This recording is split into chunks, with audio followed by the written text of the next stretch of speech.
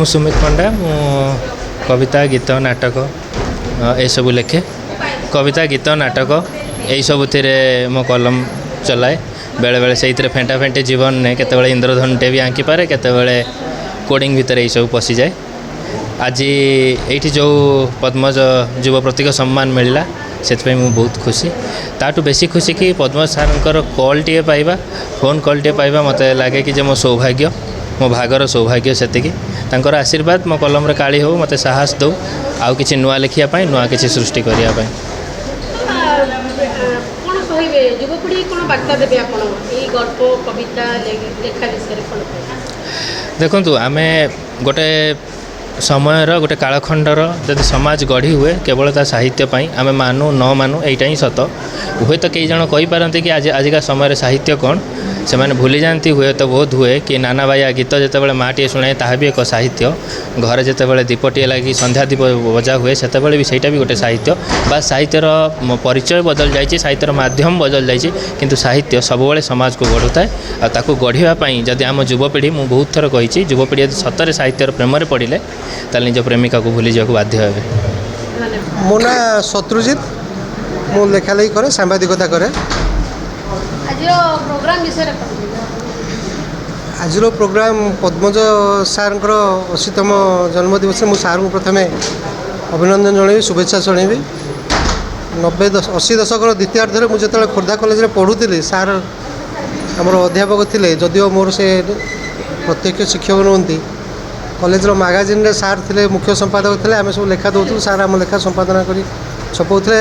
ସତ କହିବାକୁ ଗଲେ ଆମର ଯେଉଁ ପ୍ରଥମ ପିଢ଼ିରେ ଆମର ଯେଉଁ ଲେଖା ସାର୍ଙ୍କ ଦ୍ୱାରା ସଳଖା ଯାଇଛି, ତେଣୁ ଆମେ ସେଥିପାଇଁ ସାର୍ଙ୍କ ପାଖରେ ସେଇ ଦିନଠାରୁ ଆମେ କୃତଜ୍ଞ। ଆଜି ଭାରି ଖୁସି ଲାଗୁଛି ଯେ ସାର୍ଙ୍କର ଏଇ ଯେଉଁ ଜୟନ୍ତୀ ପାଳନ କରାଯାଉଛି ଏବଂ କଣ୍ଟିନ୍ୟୁଅସଲି ଏଇଟା ବୋଧେ ତୃତୀୟ ବର୍ଷ ପାଇଁ ହେଉଛି ମୁଁ ଦେଖିବାରେ। ଆଉ ଆଜି ସାର୍ ବି ଭାରି ଖୁସି ଅଛନ୍ତି, ମୁଁ ଦେଖିଲି ଚଳଚଞ୍ଚଳ ଅଛନ୍ତି। ମୁଁ ଆଶା କରିବି ସାର୍ ଏମିତି ଚଳଚଞ୍ଚଳ ଥାଆନ୍ତୁ, ସାର୍ ଦୀର୍ଘାୟୁ ହୁଅନ୍ତୁ, ଆହୁରି ଓଡ଼ିଆ ସାହିତ୍ୟକୁ ଆହୁରି ବୃଦ୍ଧିମନ୍ତ କରନ୍ତୁ, ବହୁତ ଲେଖା ଦିଅନ୍ତୁ। ଧନ୍ୟବାଦ। କୃଷ୍ଣଚନ୍ଦ୍ର ହରିଚନ୍ଦନ, ସମ୍ପାଦକ କଳିଙ୍ଗ ପାଇକ ସଂଗଠନ ଖୋର୍ଦ୍ଧା। ଆଜିର ପ୍ରୋଗ୍ରାମ ବିଷୟରେ କ'ଣ ବାର୍ତ୍ତା ରହିବ? ଆଜିର ଗୋଟେ ବଡ଼ ସ୍ୱାଗତ ଯୋଗ୍ୟ ପ୍ରୋଗ୍ରାମ। ଲେଖକ ଆଉ ଗାଳ୍ପିକ ପଦ୍ମଜ ପାଳଙ୍କ ଜନ୍ମତିଥିରେ ଆଜି ଯେଉଁ କାର୍ଯ୍ୟକ୍ରମ ହେଉଛି, ପଦ୍ମଜ ବାବୁ ଖୋର୍ଦ୍ଧା, ପଦ୍ମଜ ପାଳଙ୍କ ଓଡ଼ିଶା ସାରା ତାଙ୍କର ଲେଖା ଉପରେ ଲୋକମାନେ ପ୍ରଭାବିତ ହୁଅନ୍ତି। ପଦ୍ମଜ ସାର୍ଙ୍କ ଲେଖା ନିଛକ ସାମାଜିକ ଚିତ୍ରକୁ ସେ ତାଙ୍କର ଗପ ଲେଖା ମାଧ୍ୟମରେ, ଉପନ୍ୟାସ ମାଧ୍ୟମରେ ସେ ଲେଖିଥାନ୍ତି। ଆଉ ବହୁତ ପାଠକ ପାଠିକା ଆଜି ଏଠି ଉପସ୍ଥିତ ଅଛନ୍ତି। ଏଇଟା ଗୋଟେ ସ୍ୱାଗତଯୋଗ୍ୟ ପଦକ୍ଷେପ।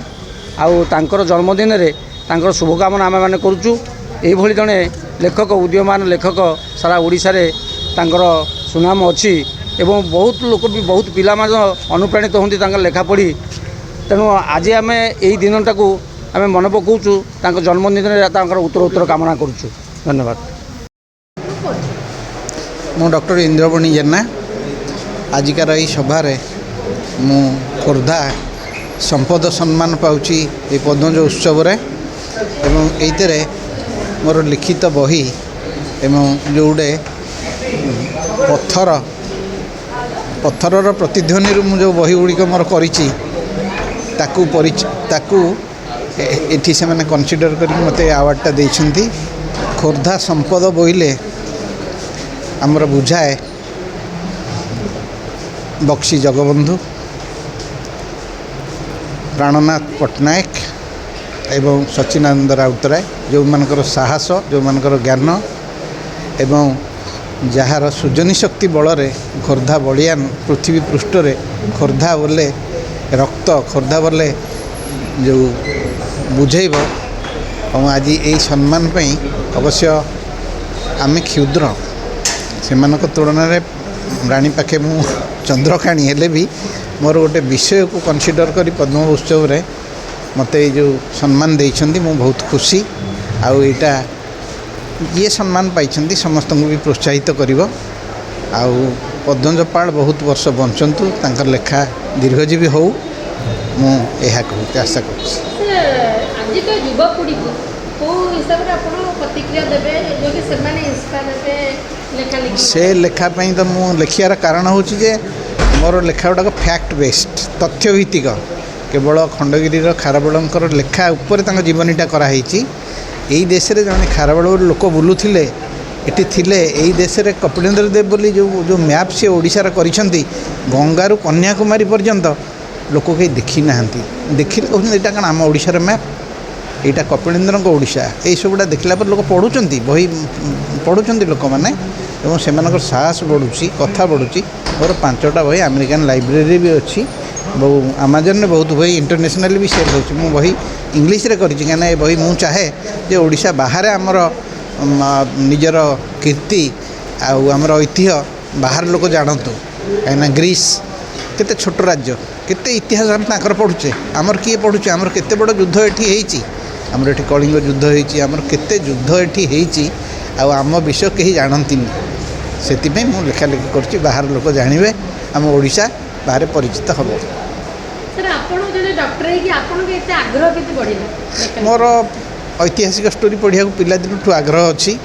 ପ୍ୟାଟ୍ରିଅଟିଜିମ୍ ଷ୍ଟୋରି ଆମର, ମୁଁ ନିଜେ ଯେଉଁ ଜାତିରେ ଜନ୍ମ ହେଇଛି, ମୁଁ ଗୋଟେ ମିନା ଡିହ, ନିଷ୍କର ଡିହ, ମୁଁ ପାଇକ ଘରର ପିଲା। ତେଣୁ ଯୁଦ୍ଧ ବିଷୟ ପଢ଼ିଲେ ମୋତେ ଭଲ ଲାଗେ, ଏବଂ ମୁଁ ସେଥିପାଇଁ ସବୁ ଯୁଦ୍ଧ ବିଷୟ ଆଗ ଖୋଜିକି ପଢ଼େ, ଏବଂ ସେଥିପାଇଁ ମୋର ଆଗ୍ରହ ରହିଛି। ଡାକ୍ତର ହେଲେ ବି କ'ଣ ହେଲା, ମୁଁ ନିଜେ ଗୋଟେ ମ୍ୟାଗାଜିନ୍ କରିଛି ବିଜୟିନୀ। ମୋ ମିସେସ୍ ଚାଲିଗଲା ପରେ ଗୋଟେ ମ୍ୟାଗାଜିନ୍ କରିଛି, ପ୍ରତିବର୍ଷ କରେ। ସେଇଟା ଗୋଟେ ପ୍ରସଙ୍ଗ ଉପରେ, ତା ନାଁ ହେଉଛି ବିଜୟିନୀ। ମୋ ମିସେସ୍ ନାଁ ବିଜୟିନୀ ମହାନ୍ତି, ପୁସ୍ତକର ନାଁ ହେଉଛି ବର୍ଷିକିଆ, ତା ନାଁ ବିଜୟିନୀ। ଏଇଟା ପ୍ରତିବର୍ଷ ହୁଏ, ଗୋଟେ ସମ୍ବନ୍ଧ ଉପରେ ହୁଏ। କେଉଁଥର ହେଇଛି ଜଗନ୍ନାଥଙ୍କ ଉପରେ, କେଉଁଥର ଭୁବନେଶ୍ୱର ଉପରେ, ଗଲାଥର ହେଇଛି ଆମେ ଈଶ୍ୱରଙ୍କୁ ଦେଖିଛୁ। ବିଭିନ୍ନ ଇସ୍ୟୁରେ ହୁଏ। ଏ ବର୍ଷ ବି ସେମିତି ଅଛି, ପରିବର୍ତ୍ତନ ପୃଥ୍ୱୀ କ୍ଷଣ କ୍ଷଣକେ ଆନ। ଆମର ଏମିତି ଚାଲିଛି। ସେ ବଡ଼ ବହିଟା ଆମର ବଣ୍ଟା ହୁଏ ହେଇକି, ଆଉ ସେଗୁଡ଼ା ୱେବସାଇଟ୍ରେ ବି ଆଭେଲେବୁଲ୍, ବିଜୟିନୀ.com ସମସ୍ତେ ପୃଥିବୀ ସାରା ପଢ଼ିପାରିବେ।